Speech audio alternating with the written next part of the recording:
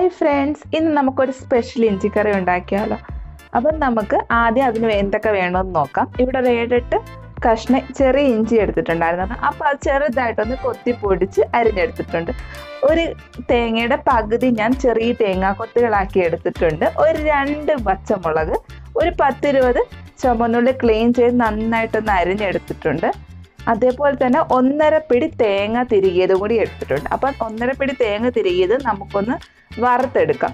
അപ്പം ഒരു പാത്രം വെച്ച് ഗ്യാസിൽ നന്നായിട്ടൊന്ന് വറുത്തെടുത്തിട്ടുണ്ട്. അതിനുശേഷം അത് പ്ലേറ്റിലേക്ക് മാറ്റിയിടാം. അത് ആറിയതിനു ശേഷം നമുക്ക് പൊടിച്ചെടുക്കാൻ പറ്റത്തുള്ളൂ. അപ്പോൾ അത് ആറുന്ന സമയം കൊണ്ട് നമുക്ക് അതേ പാത്രത്തിൽ തന്നെ ആവശ്യത്തിന് എണ്ണ ഒഴിച്ചിട്ട് നമ്മുടെ ഇഞ്ചി ചെറുതായിട്ട് കൊത്തിപ്പൊടിച്ച് വെച്ചില്ലേ, അതൊന്ന് മൂപ്പിച്ചെടുക്കാം. അത് മൂത്ത് വന്നതിന് ശേഷം നമുക്ക് അതിലേക്ക് നമ്മൾ അരിഞ്ഞു വെച്ച തേങ്ങാക്കൊത്തൂടി ഇട്ട് ഒന്ന് മൂപ്പിച്ചെടുക്കാം. ഒരുപാട് തേങ്ങാക്കൊത്ത് ആവശ്യമുള്ളവരാണെങ്കിൽ അതനുസരിച്ച് ഇടാം. ഞാൻ കുറച്ചേ ഇട്ടിട്ടുള്ളൂ.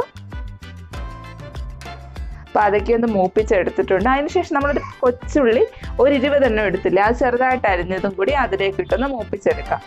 അതൊരു പകുതി മൂപ്പാകുമ്പോഴത്തേക്ക് നമ്മൾ എടുത്തു വെച്ച 2 പച്ചമുളക് വട്ടത്തിൽ അരിഞ്ഞതും കൂടി അതിലേക്കിട്ട് നന്നായിട്ടൊന്ന് മൂപ്പിച്ചെടുക്കാം. നിങ്ങൾക്ക് ഇപ്പോൾ കാണുമ്പോൾ തന്നെ മനസ്സിലാകും ഞാൻ എല്ലാം ഒരു പാത്രത്തിൽ തന്നെ ചെയ്തുകൊണ്ട് എൻ്റെ പാത്രത്തിൻ്റെ അടിയൊക്കെ നന്നായി കരിഞ്ഞു പോയിട്ടുണ്ട്. അപ്പം നിങ്ങൾ അതനുസരിച്ച് കട്ടിയുള്ള പാത്രം എടുത്ത് ചെയ്യണം. ബാക്കി വന്ന എണ്ണയിലേക്ക് നമുക്ക് താളിക്കാനുള്ളത് കൂടി റെഡിയാക്കി എടുക്കാം. ആദ്യം നമ്മൾ കടുക് പൊട്ടിച്ച് പിന്നെ വറ്റൽമുളകും കറിവേപ്പിലയും ഇട്ട് ഒന്ന് റെഡിയാക്കി എടുത്തിട്ടുണ്ട്. താളിച്ച് വെച്ചത് മാറ്റി വെച്ചതിന് ശേഷം നമ്മുടെ തേങ്ങ എന്തായെന്ന് നോക്കിയപ്പോൾ നന്നായിട്ട് തണുത്തിട്ടുണ്ട്.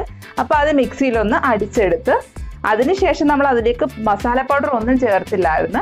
അപ്പോൾ ഈ സമയത്ത് നമ്മൾ 1 ടേബിൾ സ്പൂൺ മല്ലിപ്പൊടിയും 1 ടേബിൾ സ്പൂൺ മുളക് പൊടിയും നമ്മൾ നേരത്തെ ഒരു ചെറുനാരങ്ങയുടെ വലിപ്പത്തിൽ പിഴുപുളി എടുത്ത് വെള്ളത്തിലിട്ട് വെച്ചിരുന്നുള്ളൂ, അതും കൂടി അതിലേക്കിട്ട് 1/4 ടേബിൾ സ്പൂൺ മഞ്ഞൾപ്പൊടിയും കൂടി ഇട്ട് നന്നായിട്ടൊന്ന് മിക്സിയിൽ അടിച്ചെടുത്തിട്ടുണ്ട്.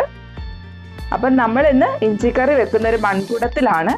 ഞാനൊരു മൺകുടം എടുത്തു. അതിലേക്ക് നമ്മൾ വറുത്ത് കോരി വെച്ചിരുന്ന എല്ലാം ഇട്ട് കൊടുത്തു. അതിനുശേഷം റെഡിയാക്കി അരപ്പൊടി ഒഴിച്ചു കൊടുത്തു. അതിലേക്ക് നമ്മൾ താളിച്ചതും കൂടി ഇട്ടതിന് ശേഷം ആവശ്യത്തിന് ഉപ്പിട്ട് നന്നായിട്ടൊന്ന് കലക്കി എടുത്തിട്ടുണ്ട്.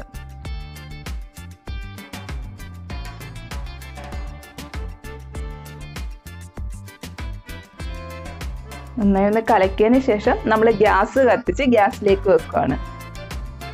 അത് നന്നായിട്ടൊന്ന് തിളച്ച് വരണം. അതിലേക്ക് ഇനി നമുക്ക് 2 ഇൻഗ്രീഡിയൻസ് കൂടി ചേർക്കാനുണ്ട്. നന്നായി തിളച്ച് വരുന്ന സമയത്ത് നമ്മളൊരു 1/4 ടേബിൾ സ്പൂൺ ഉലുവ പൊടിയും കൂടി ചേർക്കുന്നുണ്ട്.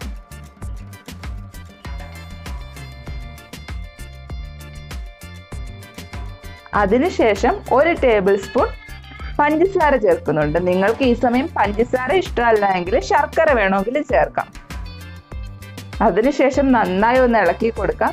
നന്നായിട്ട് അത് തിളച്ച് വറ്റി വരുമ്പോഴത്തേക്ക് അതിൻ്റെ മുകളിൽ നന്നായിട്ട് എണ്ണ തെളിഞ്ഞു നിൽക്കും. അതാണ് കറക്റ്റ് പരുവം. ഇതിൻ്റെ ചോറിൻ്റെ കൂടെ നല്ലൊരു തൊടുകറിയാണ്. നിങ്ങൾ ഒരു പ്രാവശ്യമെങ്കിലും ഇതേപോലെ ട്രൈ ചെയ്ത് നോക്കണം. അതിനുശേഷം ഫീഡ്ബാക്ക് പറയാൻ മറക്കരുത്. Okay, by.